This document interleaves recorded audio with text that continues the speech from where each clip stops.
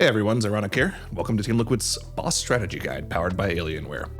Be sure to check out tl.gg/alienware to see what the guild uses to raid. Today, we're going over the Mythic Vaelgor Ezzorak guide, the fourth boss of the Voidspire here. The first, I'd say, real difficulty boss to deal with in this instance. Now, first of all, Mythic changes right off the bat. You'll notice that both of the dragons start on the ground in Phase 1, similar to Phase 3 of Heroic. This means your tanks can keep them very tightly stacked for the group to do cleave damage too. This is really good for hunters, warlocks, pretty much anybody that does 2-target cleave. Now, it's important to mention that the 15-yard radius of the tank enrage still exists like it does on Heroic, so your tanks need to make sure they're close enough that they can be cleaved, but not too close so that they don't take reduced damage and do increased damage. Most of the mechanics on this difficulty act pretty much the same way they do on Heroic, but with some like added caveats to them. So for example, the Dread Breath still targets one player, in this case it's Yargi. Still need to get out of the raid with that mechanic. But one of the notable things about the Dread Breath is when you get feared by the Dread Breath on Mythic difficulty, it makes your character run faster. So you need to make sure you're close to the boss when you get hit by the Dread Breath so that you can get dispelled quickly. Not a problem for Yargi, he's a hunter, he'll just turtle that damage. But for anyone else, you'll want to make sure you're as close to the boss as possible so that your healers can get a quick dispel of you. Right after the Dread Breath, the first gloom of the fight comes out. These are placed in assigned positions for every single mechanic. You do need to have more people soak it on Mythic. It's groups of 6 with the tank to make sure that it gets fully soaked. That gives you 1 extra person to make sure that every single gloom gets soaked. So let's take a look at the Malarcus POV here. This is actually saying Helios, but regardless, you'll notice that when they line up to soak the gloom, they are spread out in multiple different places just to make sure that they kind of have their spots set up so that they don't cleave anyone around them. Every time you get hit by the gloom, it'll make your damage taken by the gloom increased by a large multiplier. So if you get hit by your own and then also get hit by the cleaved of somebody else's, you can see that big AoE circle going off, that'll essentially one-shot you on this difficulty. So everyone takes their turns going through, making sure they get soaked one by one. It's very clean. Moving on with the fight, pretty much does most of the same things. I mean, like I said, there are slight changes to each mechanic. Void Howl is essentially exactly the same, does a lot of AoE damage. You need to make sure you're never stacked with this ability.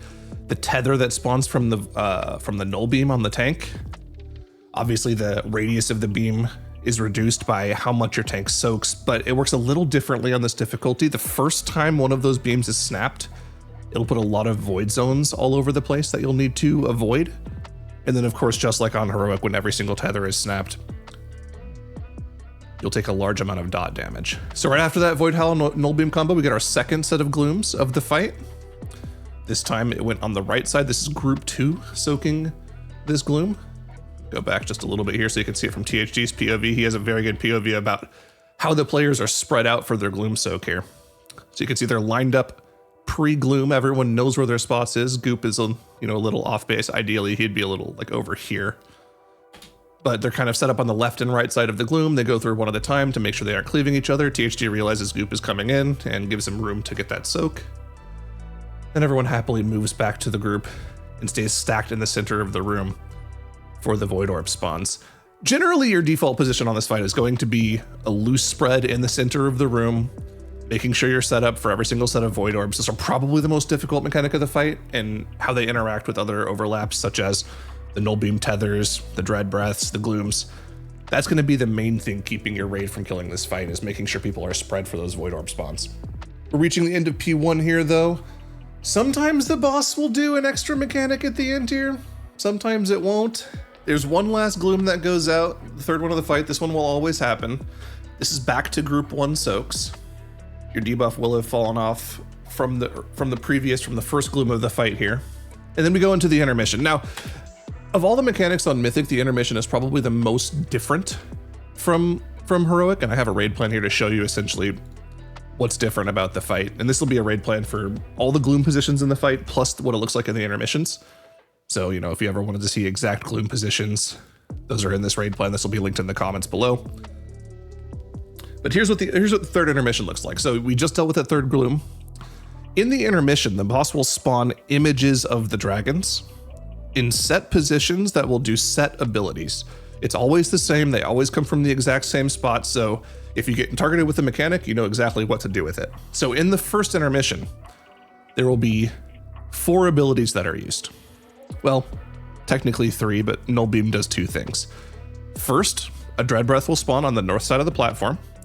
The player that gets targeted by this will want to run north and shoot it off to the side. Second, a dragon from the west side will do a Null Beam. As a tank, you'll want to get right in the middle of the room with this. Let the Null Beam go straight through the raid. And then at roughly the same time as the tether's coming out, another Dread Breath will spawn on the south side of the platform. Same thing as the first one. If you get targeted with this Dread Breath, you run to the south, face it off to the east, and everyone else, notably, that's not targeted by this Dread Breath wants to break their tethers to the north so they don't get cleaved by this Dread Breath. First mechanic. Of course, just like Heroic, a manifestation will spawn that you'll want to DPS out, and you'll also get these orbs that you want to spread with. But here's that first mechanic. Dranako Dread Breath. He's gonna beeline straight to the north. Make sure that Dread Breath goes off to the right, away from the raid. Then we'll get a Null Beam right through the center of the room. And then you can see the third image spawn on the bottom left here, another Dread Breath. This one goes on Impact. He's gonna run straight south with it. Everyone's gonna break their tethers away from that third Dread Breath.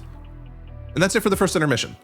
It's all the mechanics you have to deal with this time around. Of course, the entire time you're trying to DPS this manifestation of midnight as quickly as possible. You're trying to make sure you're spread with these circles that spawn from the manifestation, and then going into phase 2, you want to make sure you're dealing with this manifestation as quickly as possible, so they're focusing that down. Now, for the first part of P2, you're in a little bit of danger here, as you do still have those circles spawning from the manifestation of midnight, and everything else is still happening, so Void Orbs spawning. You need to make sure you're spread for those. Again, probably the most important mechanic of the fight is those Void Orbs, making sure you're spread for them every single time. Just a solo tether here, targeted by a Dread Breath here as well. This is a fantastic example of what your positioning should be like from Dread Breath, as anybody that can't dispel the fear on their own. As close to the dragon as possible, so you're in range of all of your healers for the dispel, but still pointed away from everyone in the raid. This is exactly what your positioning should be like. It's important to mention as well that if you get targeted by Dread Breath, that's probably when your most powerful personal should be used. It does a lot of damage, and everything else in the fight kind of does a lot of ticking damage over time.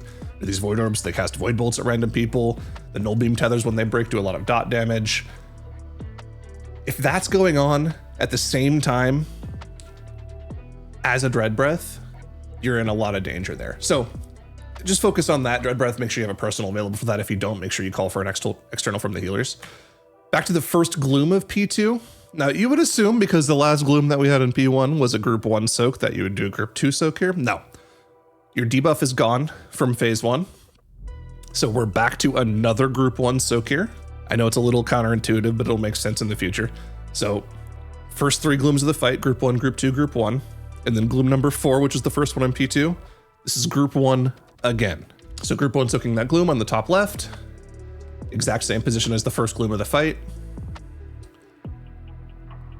And again, it's just dealing with different overlaps of the abilities here. This is a Null Beam into, I believe, Void Orbs almost directly after this. So you need to break the tether and then get into a spread position for the Void Howl pretty soon after here. Yep, there it is. Again, Void Orbs, Void Howl. Make sure amongst anything else that you are not stacked on top of a player. That is the number one thing that'll kill players on this fight, is stacked Void Orbs. Another Gloom goes out. Exact same place as the Gloom in P1 for Group 2. Again, making sure they're spread out in their line, make sure they get the soaks. Shakib gets the last second soak there to make sure that thing is as small as possible here. It's actually not the end of the world if you leave one stack on the Gloom Orb. It does a little extra raid damage. It takes up a little extra space in the room. You can deal with it. Ideally you wouldn't, but it's not the end of the world. You can probably still continue the fight. Another pretty nasty overlap of mechanics here. Void Orbs into tether.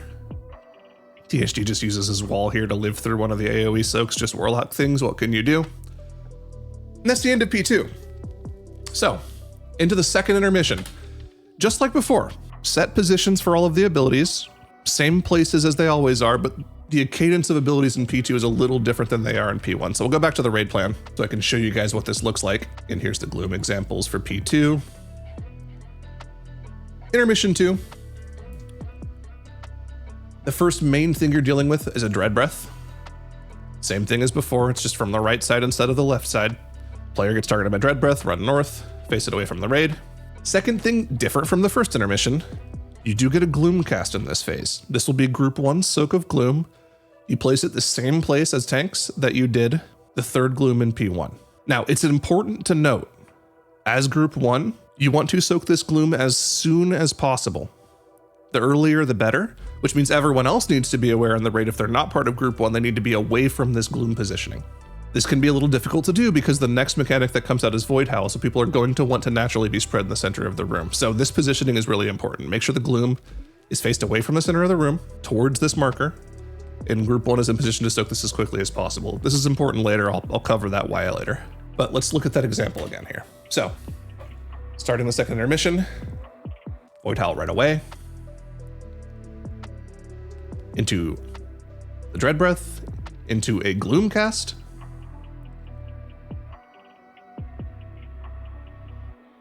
there's the Dread Breath, and we're good to go. It kind of all happens at the same time, but you know, once you get used to that cadence of abilities, it's pretty easy to deal with. The Gloom Soak is probably the most important there to deal with, but we're through another phase. Manifestation is alive. We want to kill it as quickly as possible. We're into the final phase of the encounter. Again, just dealing with different overlaps of abilities. That's really the only thing that changes in this fight as you get through the phases. Here's the first Gloom of P3 now. Because Group 1 soaked in the intermission, this is Group 2's soak on this Gloom. So you can see Group 2 all getting in position on the right side of the raid here. This is the only time in the fight that you're sending a Gloom soak to the bottom right of the room. Spreading for Void Howls once again. And in about 10 seconds here, we're gonna get another Gloom here. Now, the reason it was important to soak that Gloom in the second intermission as early as you did is because this Gloom, that is Group 1's responsibility to soak, it comes up about a minute 28-ish before the previous Gloom. So your debuff from the previous Gloom will probably still be active on your character when this Gloom spawns. That's actually why you see Atlas instantly die to it here. He instantly soaked it and his debuff wasn't gone yet. You need to make sure if you're in Group 1 here, you delay your soak of this Gloom just a little bit. That's why you see all the ranged players backing up a little bit here. They don't want to pre-soak this too early. Just keep an eye on your debuff. Make sure you don't soak it too early. Same thing happened to Fire It Up here, unfortunately. But that's pretty much it. You know, the overlaps, the intermissions are probably the most difficult part of the fight, but once you get used to the mechanics in that phase, it's pretty easy to deal with. One other thing I didn't go over of this fight are tank swaps.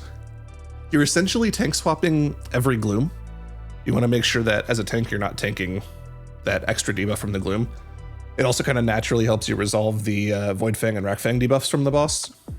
So essentially just tank swap every Gloom. Something that Liquid didn't do, which I think has become the predominant strategy on this fight, is instead of one of your DPS DKs, you run a third Blood DK and you just 3-tank the fight. You don't actually need to actually tank the boss as the third tank. It's kind of just something that helps you control the Void Orbs a little better as an extra mass script for them to keep them stacked. They can hold on to the Null Beam tether for a lot longer, which means that you can more easily control when the dot damage from the tether break happens. Makes your life easier as a healer. I would highly recommend going for that strategy if you have that option available to you. If not, it's not that big of a deal. The damage check on this boss is not that difficult. It's more just making sure, like I said many times here, making sure you're living through those Void Orb overlaps, make sure everyone is spread for that mechanic, and you should be good to go. At this point, just make sure you collect your loot. Hopefully you get some Final Gaze trinkets, and enjoy.